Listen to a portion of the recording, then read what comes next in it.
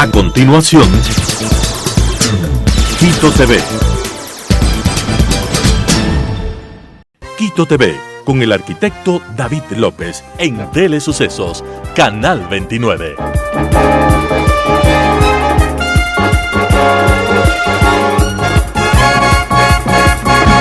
¿Qué tal, amigos? Bienvenidos a Quito TV, el espacio de la ciudad, por la señal de Telesucesos, Canal 29 y 29.1 en televisión abierta, 73 en TV Cable, 43 en Claro TV, Canal 6 en Cable Unión Alfa TV, Canal 44 en CB Televisión, en Machachi, en el Cantón Mejía, y también nos pueden ver desde cualquier parte del mundo en www.telesucesos.net.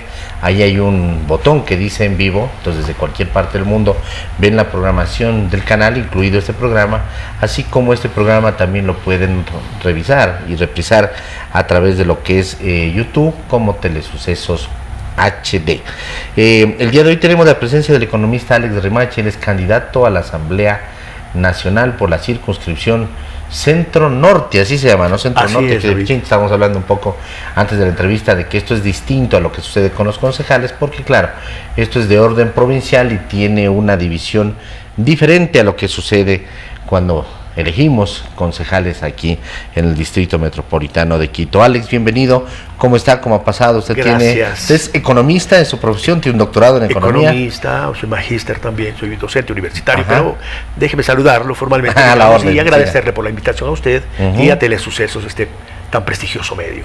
Así es. Bueno, usted está participando por lo que es la alianza que existe entre el Partido Socialista, Somos Agua, Democracia Sí, ¿no? Unidad Popular y ¿no? Pachacutic. Claro. Pachacutic se acaba de sumar, además el día de ayer. Efectivamente soy candidato en la circunscripción Centro Norte de Quito, como usted bien lo ha señalado. Lidero la lista para la Asamblea Nacional, una lista integrada por las fuerzas que hacen esta alianza denominada Claro que se puede, que está impulsando la candidatura de Yacu Pérez para la presidencia de la República. ¿Qué experiencia tiene dentro del orden político? ¿Ha tenido alguna dignidad?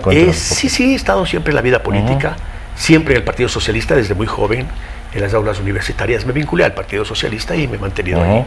He tenido una actividad intensa en la política. He sido asambleísta nacional alterno, diputado alterno en la época del Congreso Nacional. Y claro, más me he dedicado al desarrollo del mundo académico, sin descuidar la relación con el movimiento social, sin descuidar la política en sí, porque efectivamente alguien que está en la academia conoce que la realidad se transforma solamente con la movilización social, la participación de la gente, la propuesta de diferentes elementos que salen desde la gente. Entonces, si bien mi actividad se ha concentrado en el tema académico, soy docente de posgrado, la actividad política no la he descuidado a lo largo de mi vida. Y precisamente esa relación con el pueblo, con la sociedad, con los movimientos, como usted dice, es lo que le impulsa a tomar ahora este reto de ir como asambleísta a una asamblea que ha sido, disuelta a través del mecanismo constitucional de la muerte cruzada, pero que tenía muy poca legitimidad, muy poca aceptación popular. Efectivamente, hay una especie de descomposición de la política en el país. De ahí que hay que reconocer los esfuerzos que hace, por ejemplo, el Partido Socialista en renovar su política, su forma de actuar. Nosotros somos muy críticos con la clase política, que es la corresponsable de la situación a la que se nos ha llevado al extremo tal, como usted bien lo señala, de haber disuelto la Asamblea. La política es una herramienta poderosa para cambiar el país, y los jóvenes, sobre todo, deben incursionar en la política para copar esos espacios de tal forma de restringir, si se quiere, estas prácticas políticas que hacen daño al país y que sin ninguna distinción, puedo decirlo, los gobiernos y las legislaturas de los últimos periodos son corresponsables de la gravísima situación por la que atravesamos los ecuatorianos y las ecuatorianas. La lista de ustedes está completa, ya está inscrita dentro de lo que es el Consejo Nacional Electoral, su sede de Pichincha. Hemos integrado la lista, hemos hecho todos los papeles correspondientes, está fluyendo sin ningún inconveniente dentro de un proceso que también es tortuoso. ¿La lista está compuesta por miembros de todos estos movimientos? Efectivamente. ¿O solo como Partido Socialista? La lista está integrada por los movimientos políticos que integramos la alianza. Pachacutic entró en esta lista porque se suma recién el día de ayer. Exactamente. Ahí hubo una dificultad porque los compañeros de Pachacutic que tienen problemas internos, eso es conocido, público, no lograron, al parecer, realizar las elecciones primarias, que es una especie de requisito previo para poder integrar una lista. Entonces la lista va a salir, en el caso de la circunscripción Centro Norte, con el número 2, que corresponde a Unidad Popular, que integra la lista. Con el número 17, mi partido, el Partido Socialista, y el número 20 de Democracia Sí. Por no temas va a aparecer de 18 tiempo, de Pachacuti. por temas de tiempo y lo demás no va a aparecer. Ni tampoco en el tema del binomio presidencial. Ni del binomio, pero han sido muy claros los compañeros de Pachacuti, con quienes hemos trabajado toda la vida, por decir de alguna manera, en un apoyo total a Yacu y a sus listas, tanto en la nacional cuanto en las provinciales, así como en las del exterior. ¿Qué propone usted? ¿Qué se debe de dar en la Asamblea Nacional? Porque realmente, como decíamos, fue una asamblea la que terminó bastante venida menos. Muy desprestigiada. Con personeros, asambleístas, no quiero decir otra palabra, de muy baja reputación, incluso de muy bajo conocimiento, ¿no? ¿Cómo debe mejorar esta asamblea? ¿Cuáles son los perfiles que necesitamos? Seguramente en las listas vamos a tener ahora también nuevamente gente que seguramente no está capacitada, pero ¿cómo le ayudamos al ciudadano a que elija bien a través de su propuesta? Ciertamente la asamblea en el Ecuador y en otros países no goza de mucha aceptación. El caso nuestro podría ser el extremo. Y es crítico. Es crítico. De ahí la necesidad de incursionar para retomar esos espacios, sabiendo que la legislatura que viene va a ser muy corta de tiempo en su funcionamiento. Entonces las propuestas tendrían que ser acotadas a ese horizonte temporal. 1 año y medio, diga usted, se podrán tramitar algunas leyes, y para nosotros, y es la propuesta central de Yacu y nuestra en el centro norte de Quito, es concentrar todos los esfuerzos para fortalecer, estimular la educación en la perspectiva de generar trabajo juvenil con base tecnológica. Trabajo juvenil con base tecnológica. Claro. ¿Qué es esto? ¿Qué es esto? Mire, para nosotros es doloroso que nuestros hijos de 23, 27 años no tengan un espacio de trabajo. Es tremenda la situación en el Ecuador y en todo el país, efectivamente, el problema del empleo. ¿Sí? El empleo no solamente, o el trabajo no solamente que dignifica, genera los recursos necesarios para las familias. Las familias se han endeudado para que sus hijos sean profesionales y no tienen una plaza de empleo. Nuestra propuesta es tensar todas las fuerzas para, en una especie de minga, una minga nacional por el empleo, por el trabajo, generar trabajo juvenil, en el caso de la propuesta nuestra, con base tecnológica. Para esto habrá que reformar leyes. Por ejemplo, la ley de educación superior, esta ley llamada Código Ingenios, la que tiene que ver con patentes, etc. Habrá que hacer reformas tributarias para favorecer o auspiciar la creación de emprendimientos de jóvenes, porque tengamos claro, David, el país tiene plazas de empleo gracias a la pequeña y mediana empresa. Más del 60% de la mano de obra del país se concentra en este sector. Hay que no es la gran industria, así es, a la que también hay que estimular, por supuesto, pero hay que estimular a los que están generando más empleo. Pequeña y mediana industria. Pequeña y mediana empresa, pequeña y mediana industria es la que mayor cantidad de plazas de trabajo tiene. Entonces, ¿la tecnología para qué nos va a servir? Esto tiene un ingrediente de tipo ecológico además, David. Porque sí, como ahora estamos acostumbrados a trabajar ya no en el lugar de trabajo, sino a través de las redes sociales, por ejemplo, o a través de la tecnología de aplicaciones, se puede hacer un sinnúmero de aplicaciones se pueden construir, porque ya han demostrado los jóvenes ecuatorianos que son muy creativos y tienen una capacidad para producir software de estas características. El Ecuador vende software. Entonces nuestros cerebros, ahora, ¿qué está pasando? Nuestros cerebros de jóvenes se están yendo al exterior. Y del exterior, obviamente, están aprovechando otros países, y nosotros estamos desperdiciando esta potencialidad de que nuestros jóvenes, con beneficios tributarios, con una reducción sustancial de los trámites, con un reconocimiento fundamental a lo que significa generar una plaza de empleo, sean los que constituyan emprendimientos de corte tecnológico, donde las telecomunicaciones sean la base, por ejemplo, y podamos tener esta minga del empleo que nosotros estamos tratando. Hay que hacer reformas además al Código del Trabajo. El Código del Trabajo tiene que ser reformado, está actualizado, sin que desaparezcan lo que se ha conseguido, digamos, a nivel social. Efectivamente es una gran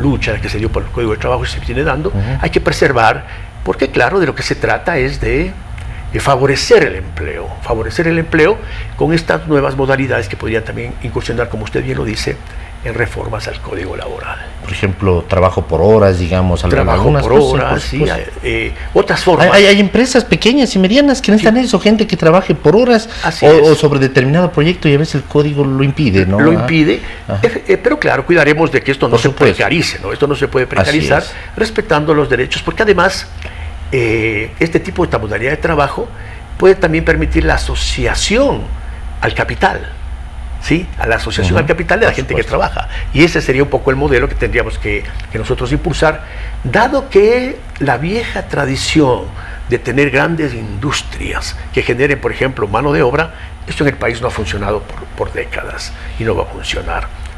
Hay que estimular el pequeño comercio, con base tecnológica también, generar empleo.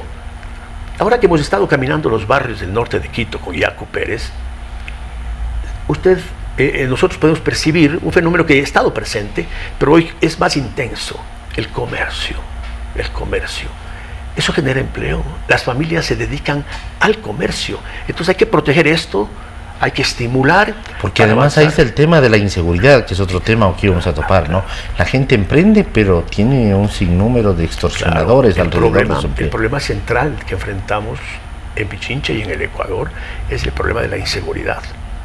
Para eso creo que la propuesta de Yacu Pérez es interesante, y desde su gobierno entiendo que lo vamos a impulsar con mucha decisión. Es un tema coyuntural de la seguridad, porque detona en los últimos meses al nivel que hoy estamos viviendo, y hay que enfrentarlo con decisión desde lo que el Estado dispone, la normatividad y la fuerza que la ciudadanía entrega para que el Estado sea el que ejerce esa fuerza. Pero claro, este es un tema más profundo que aquello. Es para enfrentar la coyuntura. La delincuencia es un problema social, es una consecuencia de la falta de empleo, de la marginalidad, de la pobreza, de la imposibilidad de estudiar. Solo estos 4 elementos que me permito señalarle requieren de una política de largo aliento, en la que hay que incursionar con decisión. Sin embargo, el problema crítico de la inseguridad que estamos viviendo ahora, el gobierno tiene que enfrentarlo con decisión. ¿Qué leyes impulsar precisamente para ayudar a esas 4 opciones, esas 4 cosas que usted las ha dicho el día de hoy prácticamente? Lo primero, me parece que las reformas tributarias son necesarias, bajo la idea de que quien más tiene, más pague, podría ayudarnos a superar en una medida importante esta gran brecha que existe entre las familias que habitamos en el Ecuador. Eso para tener recursos que vayan enfocados directamente a los programas sociales. Mire, un país progresa si es que tiene educación, salud, seguridad social, ¿sí? Entonces, Yacu Pérez ha propuesto dar un giro a la política pública, y en eso estaremos en la bancada de Yacu en la Asamblea Nacional. Estaremos para impulsar lo que significa una especie de quiebre en la política pública para atender a los sectores más golpeados por la crisis, que es consecuencia de una clase política indolente. Es decir, mayores impuestos dentro de lo tributario, pero para las empresas y las personas que más tienen, en beneficio de acá. Claro. De los que menos tienen, de los que necesitan la salud, de los que necesitan la educación, de los que necesitan el empleo, la tecnología y la seguridad social. El tema de la defensa de la seguridad social nos compete a todos. En el norte de Quito, la mayor parte de la población es gente adulta, gente jubilada. Entonces necesitamos fortalecer la seguridad social, porque primero es el único elemento que tenemos de soporte de salud y de otro tipo de prestaciones que ofrece el Seguro Social. Debe seguir siendo con esta idea de solidario en el sentido de que las generaciones jóvenes que ingresan al Seguro Social aportan para cubrir, para cubrir lo que las personas adultas, como personalmente soy yo, podamos tener una jubilación digna al final de nuestros días de trabajo. Ese esquema de solidaridad debe imperar, porque también hay corrientes, David, usted conoce, que tratan de que la seguridad social funcione bajo los cánones privados, ¿sí? Y eso no ha resultado en los países donde se ha aplicado. O como ha pasado últimamente, que el IES se ha convertido en caja chica de determinados gobiernos. Claro. ¿No? La reforma de la seguridad social atraviesa por darle gobernabilidad al IES. El IES no puede seguir siendo una caja chica, que además una institución que no puede cobrar sus deudas. Hay grandes deudores privados, pero también el gobierno le debe al IES. Y esta institución no puede cobrar esas deudas, ¿sí? Por tanto, los fondos, los distintos fondos que tiene el Seguro Social, se ven afectados y entran en un grave riesgo. Hoy mismo se están discutiendo elementos para una reforma a la Seguridad Social. Lo que nosotros haremos es preservar este criterio de solidaridad, este criterio de que a través de la seguridad social, estos desequilibrios sociales profundos que existen en el Ecuador se superen o por lo menos se atenúen. Una institución que además es muy corrupta. Efectivamente, pero la corrupción además es también un efecto de la acción de la clase política.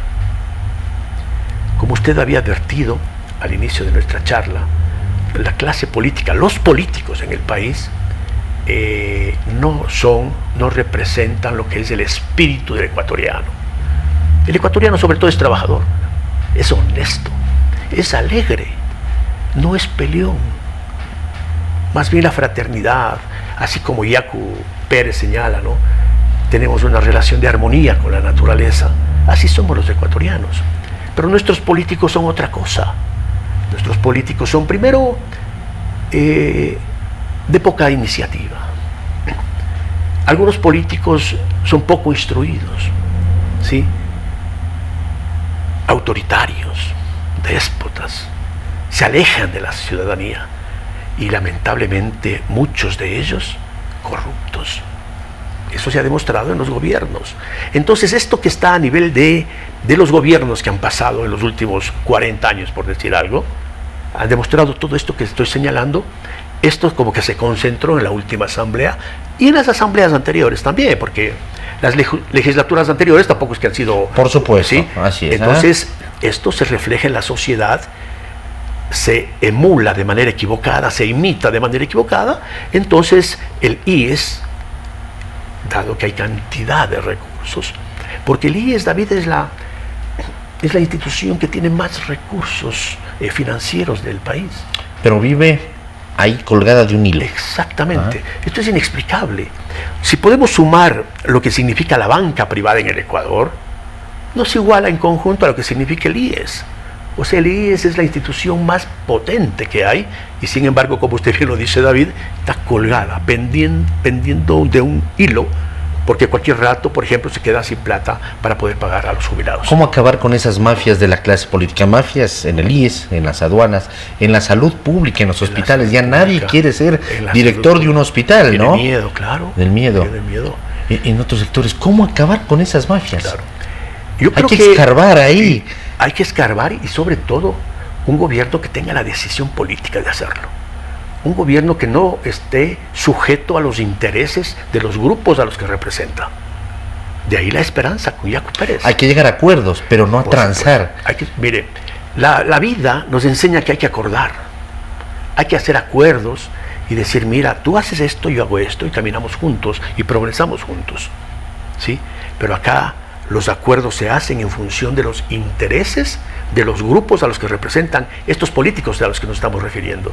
¿Eso cree usted que puede haber pasado o que pasó con el gobierno actual de Guillermo Lasso? Yo creo que el presidente Lasso, que representa a sectores financieros, a sectores importantes del Ecuador, perdió la perspectiva y no pudo consolidar un nivel de acuerdos que les lleve adelante su política. Un potente plan de vacunación al inicio, muy bien, perfecto, aplaudido por todos, y después nos quedamos en eso. Y desperdiciado como capital político del presidente Lasso, desperdiciado, porque fue una cosa, como usted lo dice, que se reconoció a nivel internacional.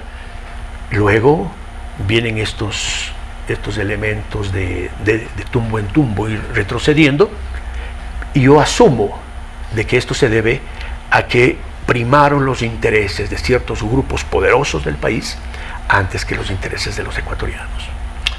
¿Qué perspectivas tenemos con Yacu Pérez? ¿Cómo ha sido el inicio de esta campaña? El señor Pérez, Yacu Pérez, está continuamente recorriendo el país, se activa, por supuesto, de mejor forma o de mayor forma, digamos, cuando existe este tipo de elecciones. Además, estas elecciones que medio cogieron de sorpresa de manera anticipada. Estamos como que corriendo todos. Mire, yo he tenido la suerte de caminar con Yacu años atrás en el campo, en las movilizaciones sociales, la Marcha del Agua, no sé si se acuerda usted. Por supuesto. Ingresamos acá, hemos participado con Yacu en las comunidades indígenas, y claro, desde ese momento se percibía como un líder innato, una figura muy potente, muy comprometida, que además introduce fuertemente el tema de la ecología en nuestro país, que luego añade elementos del feminismo, ¿sí? Y luego le da un toque a las izquierdas en el Ecuador mediante su permanente lucha social de tipo pacifista, Entonces, ese Yacu de hace años con el que yo pude compartir, trasladado a la campaña electoral de ahora, es un Yacu Pérez con más claridad sobre lo que hay que hacer en el país. El país, ha dicho él, es un país diverso. Coincido con él. Acá somos mestizos, la mayoría, pero hay negros, hay indígenas, hay muchos pueblos, nacionalidades, hay montubios, ¿sí? Diversos. Así como es diversa la naturaleza. La naturaleza en un territorio tan pequeño nos presenta todo lo que podamos tener, culturalmente igual. En esa diversidad hay que trabajar para un país unido, pero respetando esa diversidad. Entonces, Yacu lo que ha hecho ahora es a esta fortaleza inicial sumar otras que tiene que ver con su apertura a otros sectores de la sociedad, sectores medios, profesionales, intelectuales, ¿sí? Trabajadores de la cultura. Abre su abanico para decirle, mire, aquí entre todos resolvemos los problemas del Ecuador. No se trata de un partido, ni de las 4 fuerzas políticas que están en la alianza. Se trata de sumar, ¿sí?, a otros sectores de la sociedad, porque hemos de coincidir, David, que el país requiere un cambio profundo. El país requiere una transformación profunda. Entonces, ese Yacu Pérez es el que ahora, con quien he podido caminar estos días, que despierta simpatía, adhesión, mucho afecto, y además le dicen, mira Yacu, vas a ser nuestro presidente y tienes que cambiar al Ecuador, porque tus orígenes son los que nos identifican. Es decir, un ecuatoriano que nace en el campo, se forma con muchas dificultades, se gradúa en la universidad con muchas dificultades, irrumpe en la política por el lado de los movimientos sociales y ahora está siendo el más serio de los aspirantes a la presidencia de la República del Ecuador. Por eso a mí me gusta, me satisface que un compañero de lucha de toda la vida sea a quien le esté acompañando en esta búsqueda de espacios para con otros ecuatorianos, para con otras ecuatorianas, avanzar hacia la transformación profunda del Ecuador. Perfecto. Alex, queremos agradecerle por haber estado aquí, se nos ha acabado el tiempo. Invitado siempre. Gracias, David. Vamos a estar pendientes de esta campaña y elecciones express, porque además son unas campañas muy rápidas, tienen que estar prácticamente ya trabajando, digamos, no pueden todavía pautar dentro de lo que es, no se puede, digamos, hacer una campaña, digamos, de manera abierta, lo harán y todos, así sucederá seguramente a través de lo que es redes sociales, todo eso, a pesar de que eso también está como un poco regulado, pero de todas formas son unas campañas express y hay que dar a conocer a los candidatos, a las personas que van a participar, porque si no nos queda muy poco tiempo después, el rato que vemos en la papeleta no podemos llegar a ver rostros conocidos, que lastimosamente esos rostros conocidos ya no nos ha ido tan bien. Así es. Muy gentil. Gracias a usted y buenos días a usted y agradecer a su audiencia también. A la orden. Ha sido Alex Remache, él está candidato por la circunscripción Centro Norte, aquí en Pichincha. La circunscripción Centro Norte abarca lo que es el distrito metropolitano de Quito, desde el sector del Tejar hasta Carcelén. Ahí, dentro de esa lista, dentro de esas opciones, va a estar el economista Alex Remache, por esta alianza entre el Partido Socialista, Unidad Popular, Somos Agua y Pachacuti. Democracia, sí. Y democracia, sí. Correcto, amigos. Que pasen bien, hasta la próxima. Felicidades.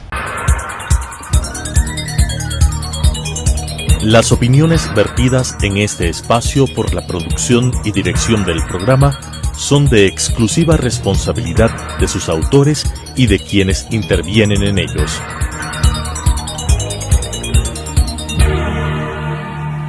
Quito TV, con el arquitecto David López, en Telesucesos, Canal 29.